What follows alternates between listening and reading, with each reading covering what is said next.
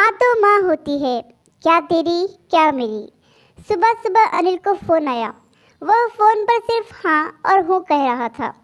मेघा ने अनिल से पूछा किसका फ़ोन है, लेकिन अनिल उसे बिना कुछ बताए जल्दी से घर से निकल गया।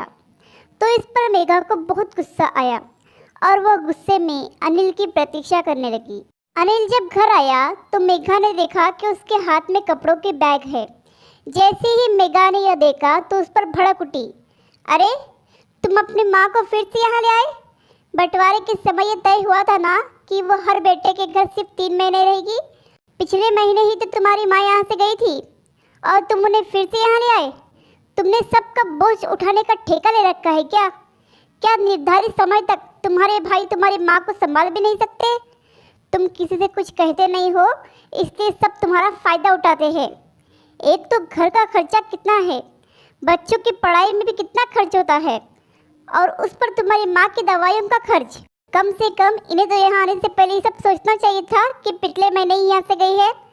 तुम अभी के अभी बड़े भाई साहब के घर जाओ और माँ जी को वहाँ छोड़ाओ, नहीं तो मैं अपने बच्चों को लेकर मायके चली जाऊँगी। फिर तुम करते रहना अपनी माँ की सेवा।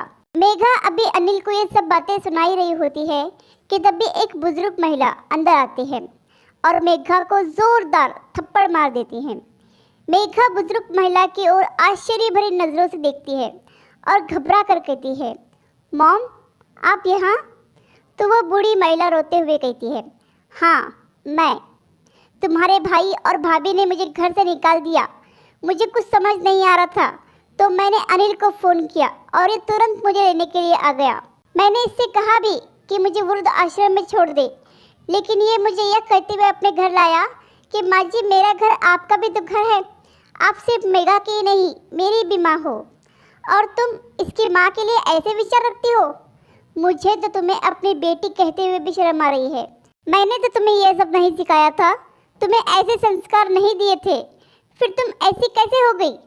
मेरी एक बात हमेशा याद रखना, तुम भी कभी सास बनोगी। जब तुम्हारी बहू तुम्हारे साथ ऐसा व्यवहार करेगी तो उस वक्त तुम्हें इस बात का एहसास होगा कि तुमने भी अपनी सास के साथ कितना बुरा व्यवहार किया था। और उस वक्त तुम अपने बेटे को ना कोसना, क्योंकि तुम तो अपने कर्मों की सजा भुगत रही होगी। और ये बात मैं तुम्हें इसलिए बता रही हूँ कि जो जैसा बीज बोता है वैसा ही फल मिलता है। फिर वो अनिल से कहती है, बेटा, तुम मुझे अपनी माँ समझकर यहाँ लाए थे, लेकिन मैं ऐसे घर में नहीं रह सकती जहाँ बुजुर्गों का सम्मान न हो। तुम मुझे वृद्धाश्रम में छोड़ दो, मैं अब हमेशा वही रहूँगी। मेघा अपनी माँ से बहुत माफ़ी मांगती है और गिड़गिड़ाने लगती है, लेकिन उसकी माँ उसका घर छोड़कर चली जाती है और मेघा को अपने किए पर बहुत पछतावा होता है और उसे जीवन भर की सीख मिल जाती है। इसीलिए कहते हैं, माँ तो माँ होती है, क्या तेरी क्या मेरी। आशा करती हूँ कि कहानी आपको पसंद आई होगी। इस कहानी पर आपकी क्या राय है हमें कमेंट करके ज़रूर बताएं।